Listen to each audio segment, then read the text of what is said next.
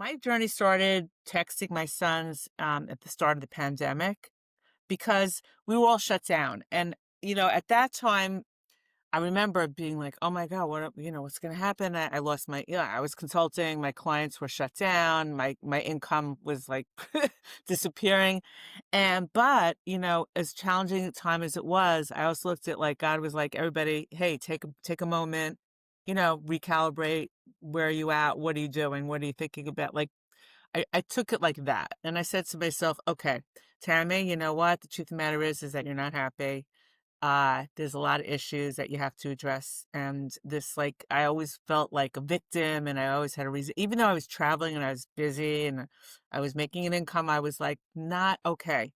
And I started, I just did that big deep dive into like coaches and Tony Robbins, Unleash Power Within, and I was like Mind Valley, and I was Joe Dispenza. I was just like Robin Sharma. I was just reading and reading, and I was doing programs galore, like coaching, the whole 9 yards.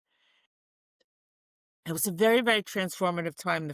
That first go around with the pandemic, and I even founded a women's business network, and I was making connections. And the more I was learning about limiting beliefs and mindset, and learning about the subconscious and how much of us is really affected, generational discord in the first like 0 to 7 years. I started really wanting to share it with my kids, my sons, because I realize like in school, they don't teach you anything about limiting beliefs. They don't teach you gratitude. They don't teach you even anything like accountability. These concepts are not taught. Mm. And a lot of us didn't grow up with it. We didn't grow up in houses with parents with resources who were like open and they were just like, talk to me. I want to parent with you. Like, it was like, what did I say? Do what I said. I don't want to hear from you. Like, I don't care. You have to love me. You have to respect me. I don't have to do anything for you. Like, you're lucky I'm doing something for you. Like, it was a very different upbringing. So then I think what's more, parents are probably a little bit more enlightened today. They have more tools. So I started just wanting to share with my kids what I was learning about mindset, and thought I was reading so many great books and from thought leaders from hundreds of years ago. And I just was like, I want to share this.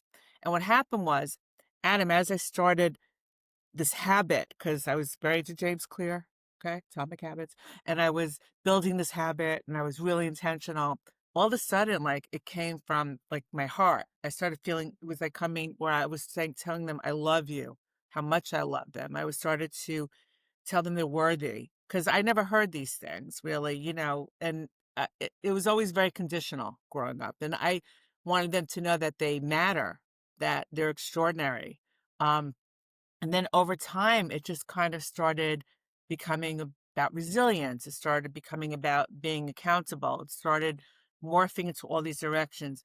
My kids weren't teenagers when I started. So I want to give everybody, let them know there's a lot of hope out there because you can start this at any age. All right. My kids were adult kids. My kids are now, my oldest son is turning 32. My middle son is turning 30. My youngest just turned 25. So I started them in their 20s. It wasn't one kid, my youngest was in college. I just said, I want to deepen the connection with them. But what happened was, with the years that followed of messaging daily and like sharing, I started feeling empathy. I started feeling compassion. My mind was rewiring in such a way that I was started approaching everybody this way, not just my kids, the community, my friends, like talking to them differently. But really, at the end of the day, I realized all those messages, besides connecting to them, I was connecting to myself. I was messaging myself. Like, I feel like God had me start messaging so that I can come full circle to really connect to myself. And, this year, the end of January, I was diagnosed with breast cancer. And that whole journey with my sons has just been incredible because of those messages. I'm not saying became better kids because of the messages. I'm just saying that foundation, they wound up messaging me. They wound up coming in and saying to me, like, how are you? What can I do for you today?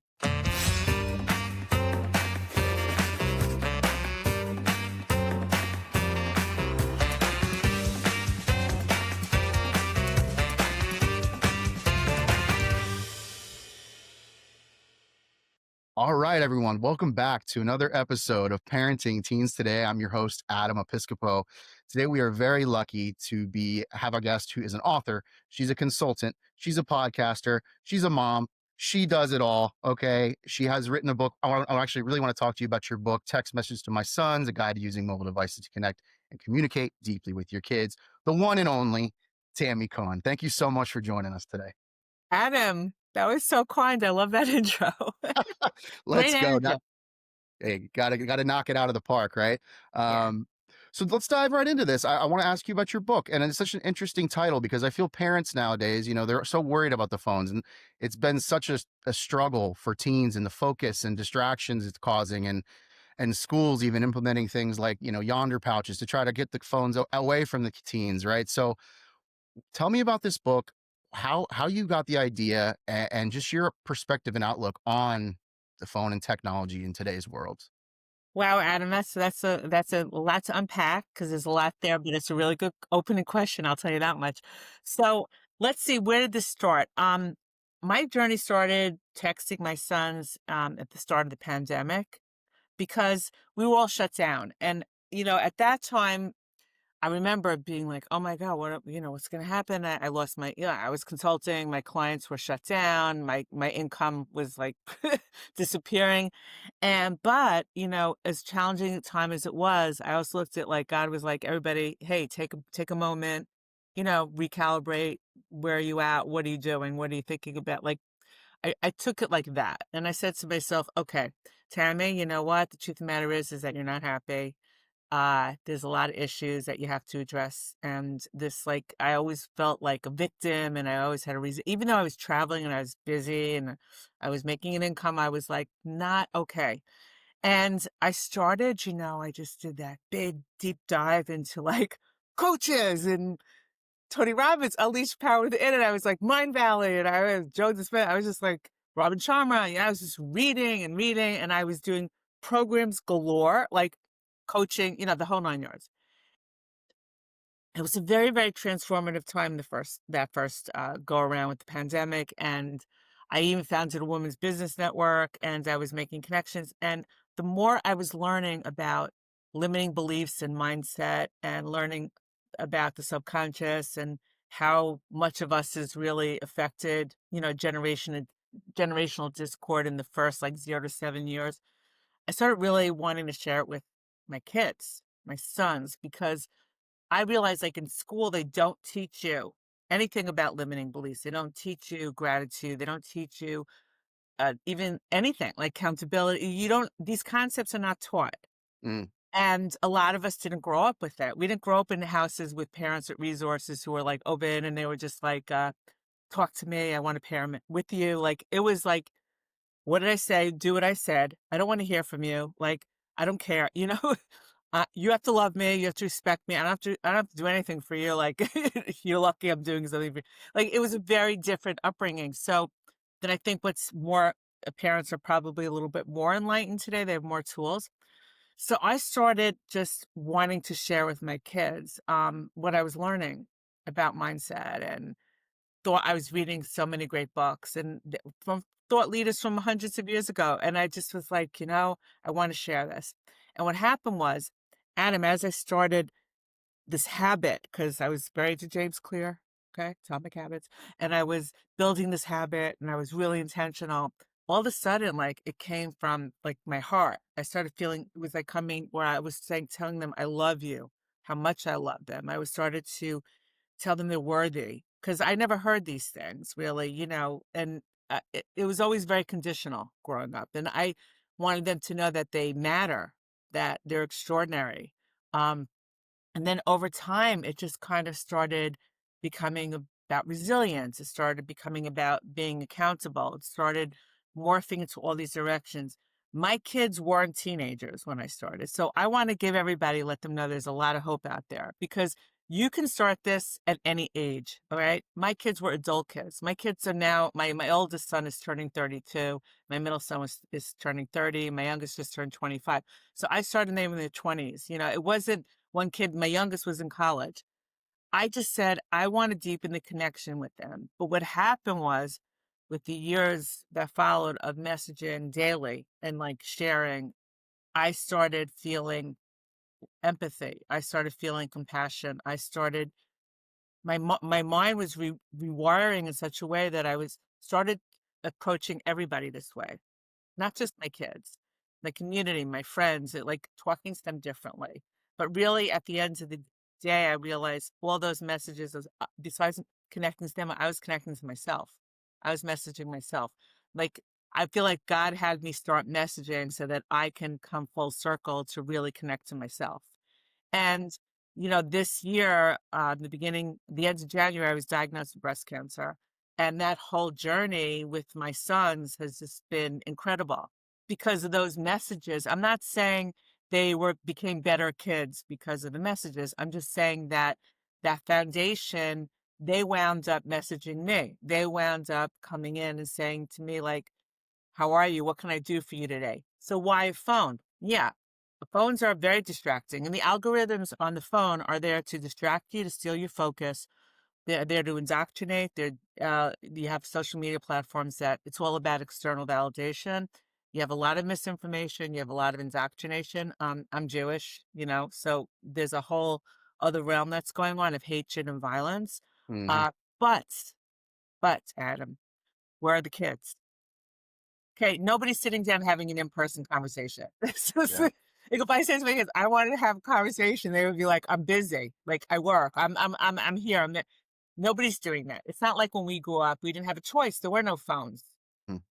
You had to sit down. Your parent wanted to talk to you. You better sit down. So I'm like, just message your kids where they are, wherever they are, and whatever device they're using. If they tell you, "I want to talk to you on WhatsApp," I want you to message. I have one parent who said my kid said message me on Snapchat only. She's like, "I don't know Snapchat." I'm like, "Well, figure it out because that's what they want to talk to you on." So they want to have a conversation on Snapchat. So at the end of the day, I'm just like, I have to reach them where they are. There's no conditionality set. There's no expectations in return. That's it. I'm doing this, and that's it. Gotcha. That's beautiful. I love that. You're taking the tools and not making it's not a weapon. You're actually using it to build the communication and not steering away from it because it's inevitable. That is what we're on. We are constantly digitally connected. And so for you to kind of change the tone of it all and find a way to communicate with your kids passionately and make you feel good too, right? You're being open, you're connecting, and you're doing it on their terms too. That's so funny. The Snapchat, mom, talk to me on Snap. I don't want to text right now. Yeah, and Like, she's like, "Snapchat?" Ugh. I was just I'll- like, I don't know, like, it's must be it's like an app, you have to download it.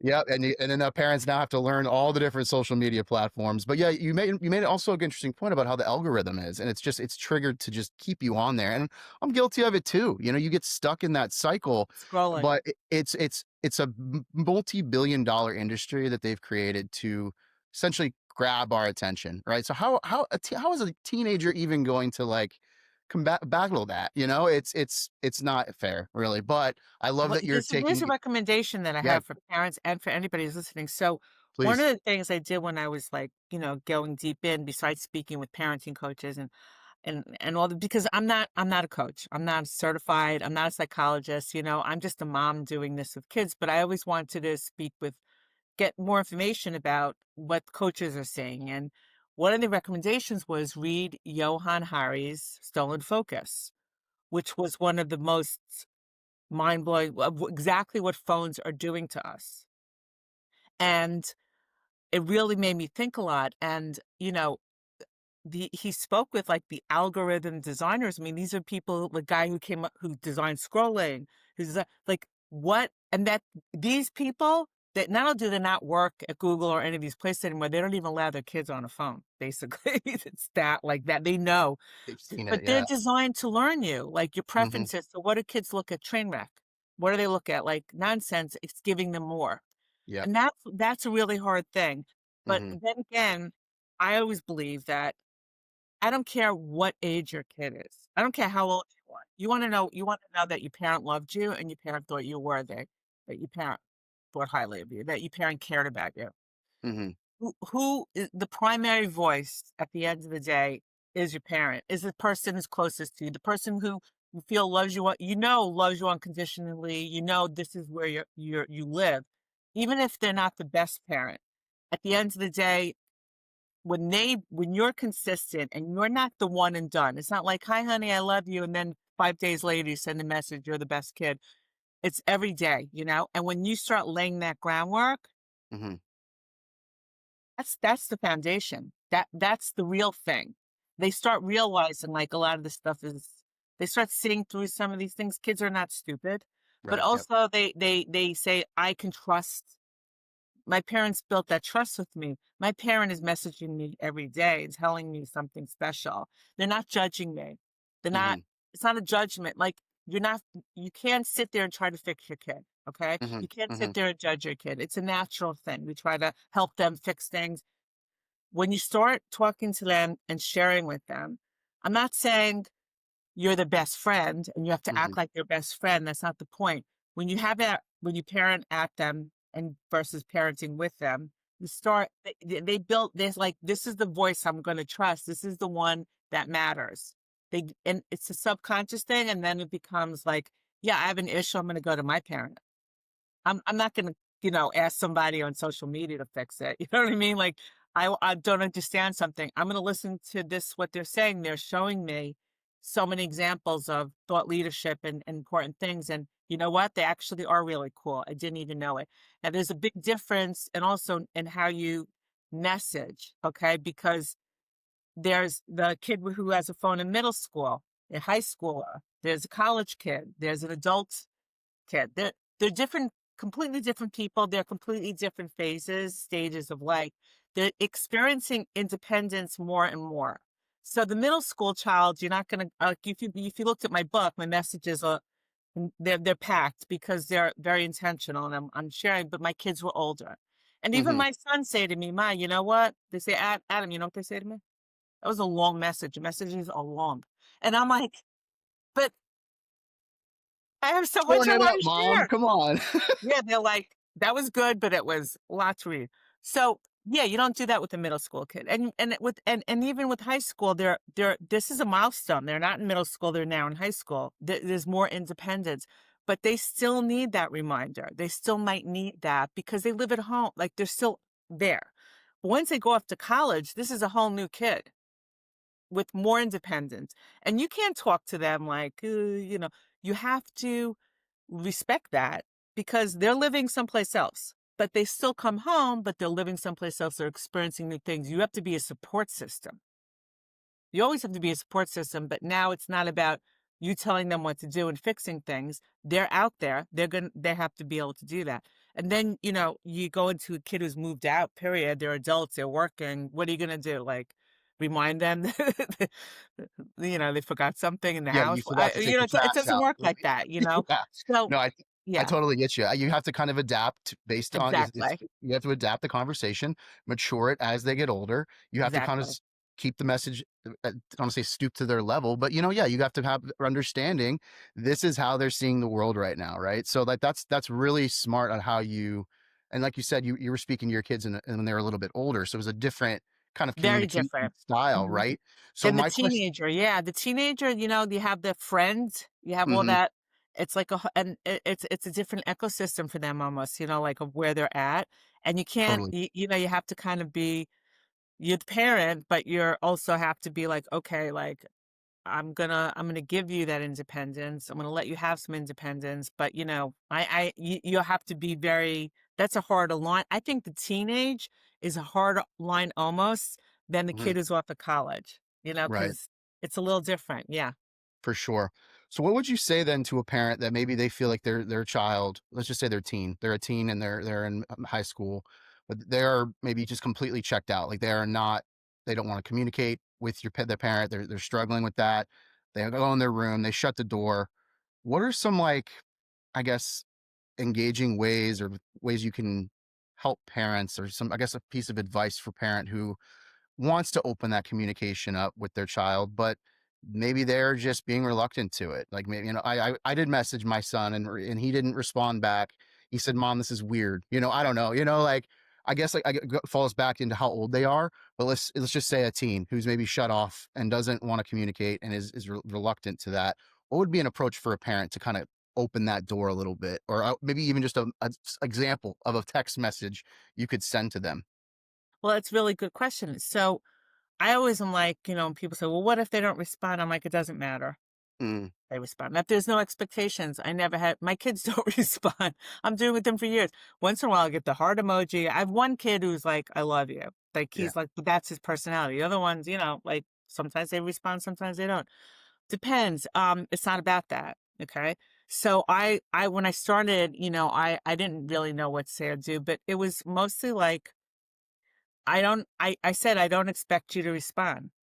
Hmm. I just took that off the shelf, right? I don't expect it. It's just important to me Yeah. to let you know that you matter to me, that I love you.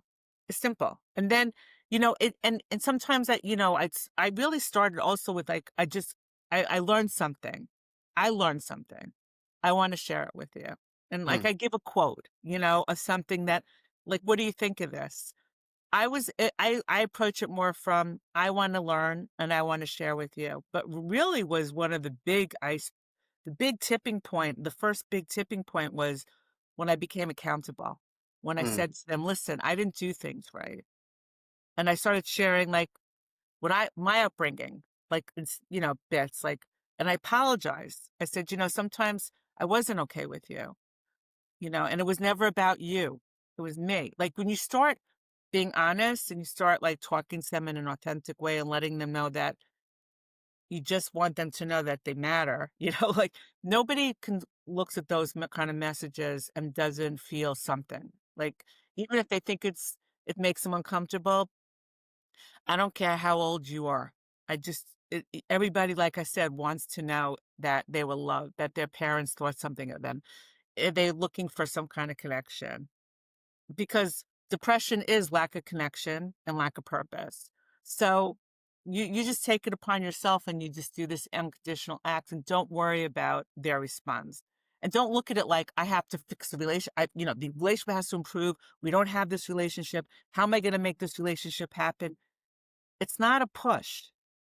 It's a pull strategy, which means mm, you just you take it upon yourself to send that beautiful energy. mm, Like, I am so lucky that I had you. The best thing that ever happened to me was having you. You know, who that's just love. Love is a very high frequency energy vibrator. Okay. Way stronger than the hate and the crap that they're saying out there. Actually, it's so much higher frequency, that's low and vibrating energy. So what's gonna matter? What's gonna come to them? My boys wrote the forward to the book because they said, like, you don't understand how much it means to them to to know somebody loves you enough to do this, to take the time every day for 10 minutes. I tell parents, I go, you have 960 minutes a week that you're awake. You can 10 minutes a day to send a message. And guess what? Here's a book. It's full of 215 pages of messages. Take one and tweak it. You don't have to be like a rock star, but yeah. I promise it will become like second nature to you. Because once Mm, you build a habit, it starts becoming from your heart. And like I said, I haven't seen any moment where my sons, and they say in the forward, besides knowing that somebody cares about them, it makes them feel bulletproof proof, because days can go sideways. Things mm-hmm, happen, right? But they mm-hmm, know they're bulletproof because they got that positive hit. When I right. send it, I get the positive hit of energy when they read it. So that's out there. When they read it, somebody's saying like, I love you. You matter. You're worthy. You're a gift. Or, hey, guess what? I learned. And what do you think? Do you think it's good? What do you think about that? You're asking them, what do they think? You're Mm-hmm, not telling them what to think. Then you right. know what? That energy of theirs goes really high. I love that. Yeah, positive affirmations. I feel like they can go a long way. Just a little message. And like you said, you don't need to even get a response. I think even just seeing at that bottom that it was read, you're like, okay, good. It got across to them. They saw it. I don't need a response. It's okay. They know I'm here for them. They know I care. And I think that just goes a long way. They may not reflect it or say anything about it right there, but years on the line. I mean, I try to do that with my mom to this day. I still try to text her once a day at least. Hey, how you doing? And just that, it's the smallest little thing, right? It doesn't take long. It takes maybe 10 seconds, but that little just, hey, just want to check in on you. Like, I love you. I hope you're doing well. It just carries so much benefit. So And I you love feel that. good. Yeah. It's a feel good thing. This Right. dad told me, and I was really moved by it. I get a lot of grandparents who are doing this. Fathers. I mean, I see fathers, there's a divorce, let's say, and it's not amicable. They can't see the kid. They just can't see their kid. It's not the best situation. And they're using the text to tell their child, like, I might not be able to see you, but I love you. You are the most you I don't think it has any way anything to do with you. You matter to me. Like something like that. And also fathers from, like when I was growing up, like they it's not that comfortable like having that I love you conversation. Hmm. But they know how to text and you have a phone. It's not like you need 30 years of therapy to pay for or coaches to tell you, you know, tell your child you love them. I mean, you have a phone and it's there. You pay, it's easy to do that and they're going to see it. They're going to Yeah. see something come in. Whereas, in the old days when we sent them a letter, it could get taken, Hmm. it can get Hmm. lost in the mail. Like this is coming in and it's coming in like that. Instant. Right. Yeah. It's really instant. And so I had a dad who said to me, my son was acting out in school every day. He was getting in trouble every day. And I read your book and I said, you know what? I have nothing to lose. I'm gonna message my son. And it stopped. I said, what? I even said, like, what do you mean it stopped? Because he stopped acting out. I learned that he just wanted to be seen and heard by me. He just wanted me to see him, to pay attention to him. Now he loves these messages. He said, and it's been so like great with him that I have a little girl and she doesn't have a phone, but she has her lunch, she takes her lunch to school and I write a little message and put it I in the love that. lunch. And I was like, oh my God, that's a different generation. We grew up that this is where the idea like that message in the lunchbox. I remember looking at the kids who had, the message, that little note from their mom at him, and I Yep. was Yep. like, "They're so lucky Oh that man. Yeah. they got that love like, I knew it. I was like, "This They open it up at lunch and they're maybe embarrassed, like, "Oh, mom, come on." But, like I loved but it." it's so valuable. Yes, I love that. Leaving little notes. I used to do that too. Like, my mom and I back and forth, like, just those little messages, that little touch, a personal touch. And now, like you said, we're so spoiled. We can do it right from here, and there's no need I mean, because parents too, I mean, you mentioned grandparents, they may not be as comfortable using a phone or using they don't know, but anyone can text, right? They can figure it out. And it's just a simple, I heart you. Like that can be done, right? And that goes such a long way. So I want to ask you, you brought up the pandemic earlier, and I know that was just such an odd time for everyone because, it was everyone was engulfed on the devices, on the phones, especially kids in school, right? I mean, that was just such a Yeah. difficult time to learn and almost felt like it was a waste of a year and a half. I mean, how are you going to tell, especially a kid in elementary school, to sit and learn on a computer I all I day? was like, "How do parents do it?" Because my Oh, kids were grown. I was like, "How do yeah. parents do this?" It's so It's hard. so difficult. And so I guess what I want to ask you is, you obviously mentioned your kids were a little bit older, but from that transition from when it was pandemic time, we're on the phones, and now it's over with, because we see it a lot in our program because it's still an effect today, even 5 years later.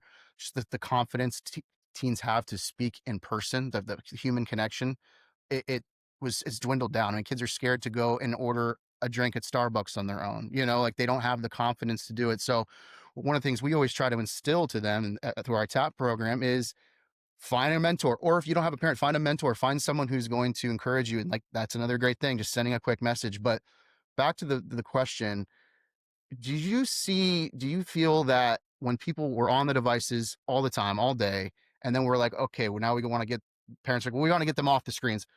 What is, I guess, one positive piece of advice outside of the connection aspect you mentioned that I guess parents are concerned about their kids being connected all the time and maybe talking to the wrong people, but what would you say is like another benefit of the text, the communication capabilities we have outside of texting?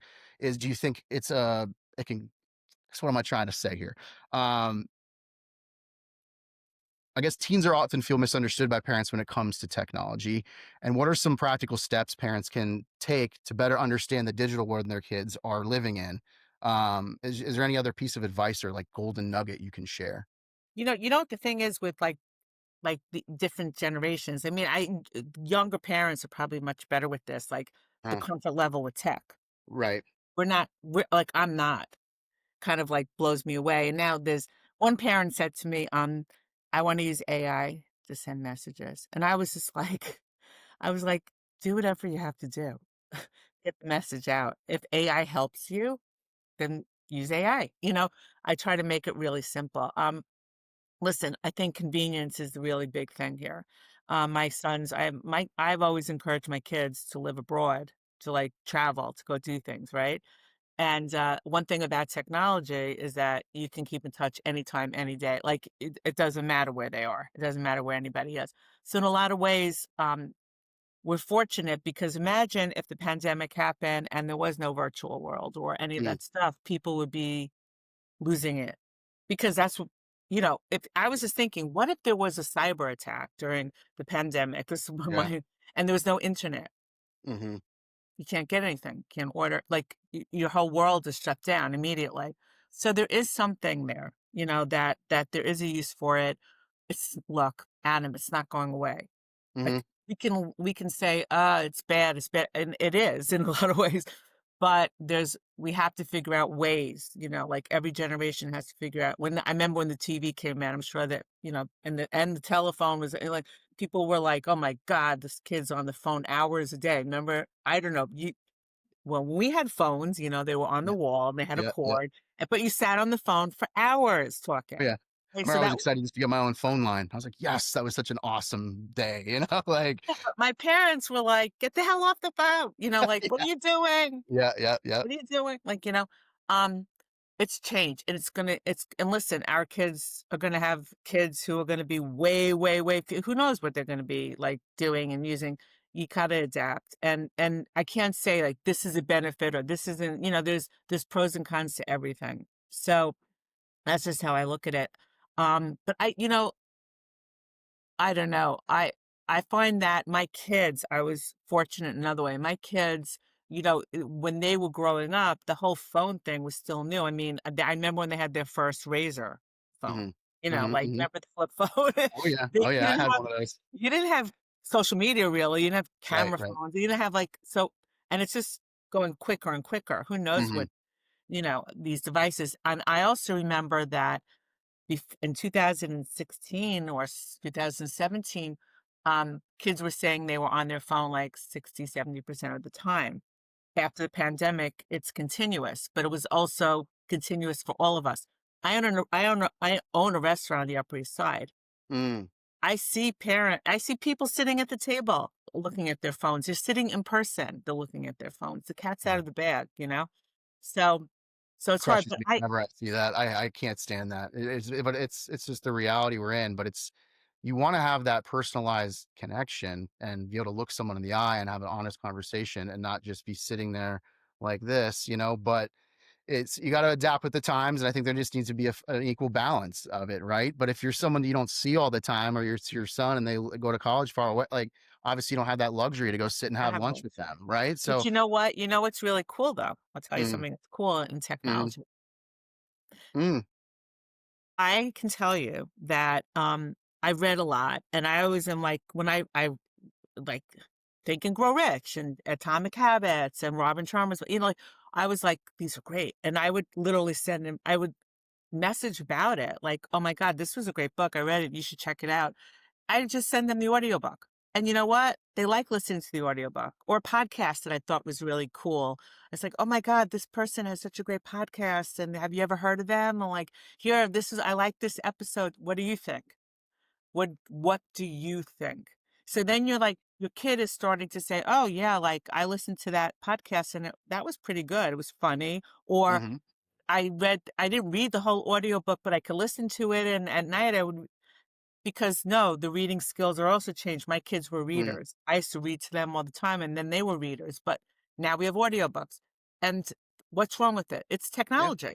But yeah, so there are like pros that you can do where you can share something that's very wise and nice for them, and that they'll listen to. And yet you're not saying like you're not forcing them to. You're just saying like I like it. What do you think? And they like that. Listen, I don't know a kid that doesn't really like when a parent says like, "So what do you think?" Like, because you're putting them on a different level. You're put not the ball in telling their them court. Right. For Yeah, the you're not telling them, like, "You need to listen to this." No, there's a tone and there's a way, right. 100%. I love that. No, that's really great. No, that's awesome. Yeah, you're right. There's a lot of great benefits to it, and there's some dangers to it, but the benefits you want to try to make outweigh the negatives, and just using it in the correct way. I want to talk to you a little bit about your TC brand consulting business, and I also want to talk to you about your podcast. Can you just give me a quick kind of like rundown? We can start with the consulting business first and what you do there. Sure, sure. So, I'm a brand messaging consultant. I don't know if yeah, but, that business is mostly focused in the gem and jewelry space, which is a, Got you. passion. I work in the gem and jewelry space, and I help, companies, like, connect with I have a big appraisal networks. They have brands that have to get the correct valuation. I also help, uh clients like designers and retailers connect with very high quality jewelry manufacturers to get Okay. their products made, and then also developing that brand, sending what will be the right messaging for an audience, what are the core values and mission and all that of the brand, of the company itself, and how to translate that so that the audience will want to buy the service, buy the product, buy whatever it is that they're offering. So that's TC Brand Consulting. And then the podcast, okay, so I founded a women's business network. Around the same time I started messaging my kids. It just came about like in a weird way. I was talking to like two colleagues and I was like, we're all sitting here, we're all trying to figure out a way, like how to build our businesses again, or how to reinvent, or like what to do because everything shut down. So wouldn't it be great, like if there was just we just like knew like a really trustworthy web designer and a really trustworthy content, right? Mm, Because you Google and then you get a gazillion things, and then you start reaching out and you download something, and then you get 20 days of emails, you know, yeah. Yes. just from these people, like, you don't really know, and then Right. you don't know who to hire. So that was how it came about. So we had our first call, and I had, like, 3 people on the call, and then, now it's, like, 65 members globally, and it's very nice. It's very intimate. It's fun. So the podcast developed from Women Beyond the Table, which is the name of the network. Just like letting people, just women share their stories, how they overcame obstacles, how they did this, they took the side hustle to a business. Sometimes, you talk to somebody, you think you know them, and then you hear their story, and it's just like you can't believe what you're hearing. Like so many people wear, and kids too, you wear the mask like, I'm fine, everything's great. You don't really know anything that they went through. You don't know what their day is like. You don't know what happened to them in the morning. So one of the when I started going through this whole breast cancer journey, like I realized I had to work on my inside myself because clearly, I had type 1 diabetes at the age of 22, and then the cancer. I said like I need to figure out what's going on inside, and I started, working with somebody, and we were just like talking about how much of this is, and how many people you just think, what is wrong with you? Because they're acting a certain way. And Mhm. it's not about what is wrong with you. It's more like what happened to you. And the same thing with the kids. What happened? What's happening in your life? Everyone's I going through something. Everyone is going Yeah, through something. Yeah. I spoke with a very interesting man. He's amazing, and he has his organization is Parents on a Mission, and his career in when was working in the school systems and with at risk kids. Okay, and he said like I would work with these kids and develop these wonderful programs, but I realized I had to go into the house because the kid it's in the home. Right. Yeah. Has to be a supportive thing. So you see, like you just have to look at people and you have to have empathy and you have to say, like, not what the hell's wrong with you, but what happened to you, because we're all looking for the same thing: safety, love, and worthiness. At the end of the day, I don't care how many adults are running around, they're kids in adult bodies looking for these things. And we want everybody else to make it happen for us or to meet our expectations, but we have to start teaching our kids and teaching, and also it comes back to ourselves that you have to have love for yourself. Yeah. You have to validate yourself. Nobody's going to do it for you. Yeah. Okay. And that's where I think everybody's kind of coming together now. Like, Mhm. that's what, for me, the messages are also, not just connecting to myself, but showing my kids, like, you have to do that. You have to be able to do this for yourself because you have to. Happiness is an inside job. It's a famous saying. It doesn't. Nobody's going to make you happy, you know. So yeah. So that's, I think, what it all boils down to. At the end of the day, it's simple but tough. Totally. I completely agree with you. I love that. Yeah, you gotta give them the tools, but you gotta let them they gotta figure things out on themselves too. Because you gotta make yourself happy. You gotta find what makes yourself click, right? I love that. So, you mentioned you're an owner at a restaurant too. Is that what you said? And Yeah. geez, you're all over the place, Tim. You got a restaurant, you got the podcast. What you're just must be busy all the time. What was like the original passion for you? Was it always to be an author, or did you kind of just fall into all these things, kind of just different times of your life? I mean, what Yes, was different like? times of life. You know Yeah. what? That's what I talk to my kids about, evolving and always Uh, learning. And yeah. there's no failure because that was one of the biggest lessons I learned that I share with them immediately is a friend of mine said, you want to really you want to learn about failure? You want to understand why it's important? He said, listen to the college commencement speeches given by Denzel Washington, J.K. Yeah. Rowling, like, listen to Super. the celebrities because they tell you failure is important. It's a very good thing. There is no overnight. There is no you're a virtual star. Maybe the kids look at this social media and they're going, "Oh, this look at this big influencer." No, you have the I was starving. I lived in a garage. I lived in a basement. I didn't make it. I had to, like, I had to keep going. I had rejection, but failure is good. So that was, like, a really important lesson for me. But I told my kids also, I said, "You know, the day I want to keep learning all the time. It's really important because the day you think you know everything is the day what's the point? Learning is good. Failure is wonderful. You learn from it. Don't be afraid of it. And life is your friend. Life is giving you things, okay? But everything is something for you to learn from. And if you look at life as a friend is giving you a gift, I said you're going to pivot so much quicker. You're gonna be resilient. You're going to learn. But if you're gonna look at your life as one challenge after as one hardship, as everything's a bad, bad, bad, you know what's gonna happen? You're gonna have the life sucked out of you. Mm, That's your choice. As they yeah. get older, that's their choice. But sharing these things and relating it to yourself, like, I believe that, I acted that way, I acted like a victim, and it held me back. And Mm, now look at your mom. 5 years ago, somebody would have said to me, "You'd be a podcaster, you'd be an author, 2 books, you would have your own business, you would sponsor Women's Business Network, da da da." I would have been like, are you high? Like, what are you talking about? yeah. Yeah. How is that Yeah. possible? But they're Yeah. proud. They're proud of Yeah. me. That's awesome. They're proud of me. So you can model all these things. Like, you can't expect your kids to be accountable or to be respectful or to be anything if you're not willing to model it to them, like, respect them, be accountable to them.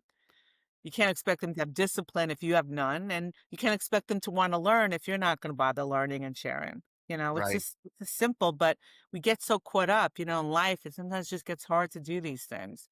Totally. Yeah. It starts with the parent. You gotta have some self-reflection. You gotta look yourself in the mirror and you gotta make sure you're doing things that are gonna reflect positively because our kids are watching like a sponge, obviously, and they're gonna emulate the things you're doing.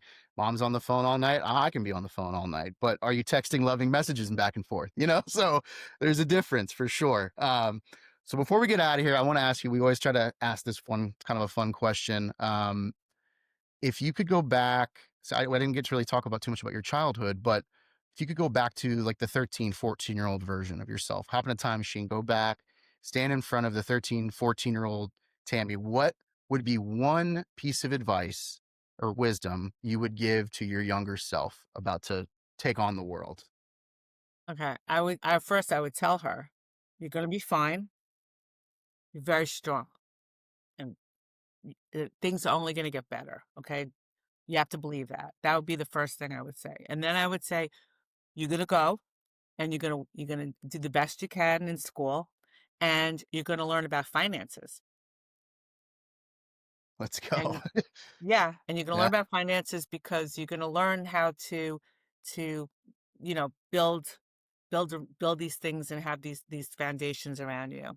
Mm, But you are wonderful and you're very smart and that's exactly what I tell my younger self. I would let her know these things because nobody told her. Mm. Yeah, that's beautiful. I love that message. And we actually just had a financial advisor on couple weeks ago, and he was just talking about the importance of just financial planning, especially at a young age. So it's the things they don't really teach you in school, you know? I mean, they don't teach you how to manage your money. They don't teach you how to make a brand and to level it up. You know, there's not that unless once you get into college, but you know, at a younger age, there's really no like There's none. guidebook There's for that, nothing. Like, right? Yeah. So yeah, you just feel like an idiot because you can't do geometry and you know, like you can't do this, you know, like you don't get it, and nobody, and it's not really. I don't get it either. Like that was one of the things that I think like they have to start putting in, like you know, every day, you know, just like sit down and think of three things that you're grateful for. mhm, Like start understanding instead of the entitlement side, what you're entitled to. Think about like I'm so lucky, you know, what do you feel lucky about? Or 3 things that didn't work out for you, but what did you learn from them? Like, nobody thinks like that. right. And I started thinking like that at age 57. It's a long time. Like, you could do this way younger. It's never too late though. You can never it's never too late to pivot and try to do something different. So I And love I it, just wanna Tammy. tell you, Adam, if you come to New York, okay, Yeah. my Yeah, yeah. restaurant is 18 Restaurant. It's on the Upper East Side. It's been Okay. open for over 15 years. My husband, it's his baby, he takes What care of kind of it. food I do the back like, some back behind the scenes things because 'cause I'm more remote. He's there every day. what kind of cuisine is it? What type of food is it? Wow, so it's very eclectic. So we have amazing sushi and we have a Mediterranean grill. So all the steaks, kebabs, hamburger. We have 10 different hamburgers, the salads, so the maza, you know, like the Mediterranean salads, Yep, yep. bait fish. We have, you know, the vegan, gluten. We have all that available. It's a Glatt kosher restaurant, but no, you wouldn't realize it. It's called 18, and we have full on bar, you know, the whole nine yards. So it looks Oh, like a downtown place, but it's uptown. oh, that's awesome. That's really cool. Oh, well, if Great I'm ever in sound New York, if Yeah. I was in New York early last year, but if I'm back again, I think I was doing something for a video project out there. But if I'm back again, I will definitely check out 18. Where else can people find you? Where give us your links where they can buy Okay, your sure. book, where you're finding your podcast, all the good stuff. We'll put it up on the screen for you too, so people can check you out So more. it's easy to contact me. My website is Tammy, Tammyj, as in Jack, Cohen, Cohen.com. On Instagram and LinkedIn, it's Tammy J. Cohen. There's a theme here. Easy, yeah. The book is available on Amazon, Barnes and Noble. It's on my website too. It has a little everywhere it's available. And let's see what else. My email is connect at tammyjcohen.com. It's like there's a theme. More, it's all the same. We got yeah, it's perfect. It's great. And what's Awesome. really cool too is on the website there is a free download where you can look at you know before you buy the book you can just like say hey do we have some messages and we have the beginning like the intros and stuff like that so you could see if it's something that you like and the format that it's written in and stuff like that. It's all text message format, really easy to read, really quick. Cool. Well, Tammy, thank you so much for your time today. I appreciate everything you shared and just all the things it's a great perspective, you know, using technology as a tool to be positive and to connect in a positive way, not as a distraction, but to be able to keep the relationships going in the way times are right now with your teen. And so that's beautiful. So I appreciate everything you shared today. Appreciate your time. You're the best. Thank you so much. Adam, thank you so much. This has been a great conversation. I enjoyed myself, and you're terrific, and it was fun. Appreciate I it. could talk to you for 12 more hours. Appreciate you. Well, next time. Okay. Thank you so much, Tammy. Thank you.